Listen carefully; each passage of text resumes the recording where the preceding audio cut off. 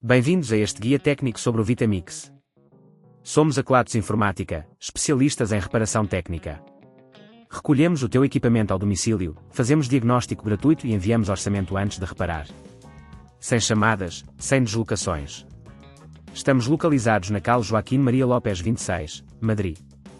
Cómodo, transparente e profissional. Link na descrição. Se o teu Vitamix faz barulho estranho e não funciona como deve, pode ser um sinal de que o embreagem está a falhar.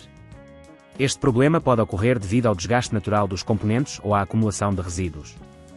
Se não resolveres a situação a tempo, o Vitamix pode parar de funcionar completamente, levando a danos mais sérios. Para realizar esta reparação, vais precisar de algumas ferramentas essenciais, uma chave de fendas, uma chave Allen, um multímetro e, claro, um novo embreagem para substituir o danificado. Primeiro, começa por desligar o Vitamix da corrente e garantir que está completamente desconectado. Em seguida, utiliza a chave de fendas para remover os parafusos da base do equipamento.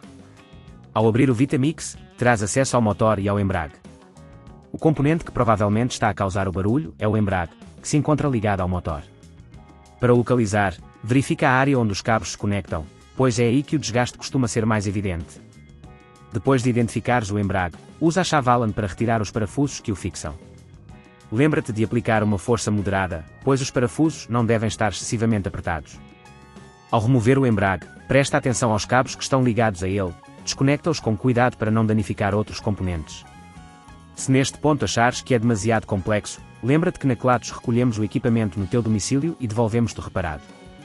Após a substituição do embreagem, é importante verificar se todos os cabos estão bem conectados e se o novo componente está corretamente fixado.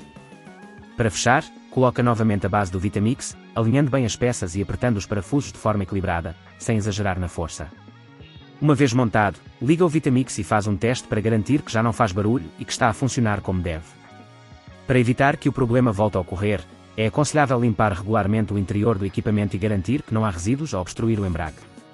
Além disso, evita sobrecarregar o Vitamix com alimentos muito duros, pois isso pode causar desgaste mais rápido.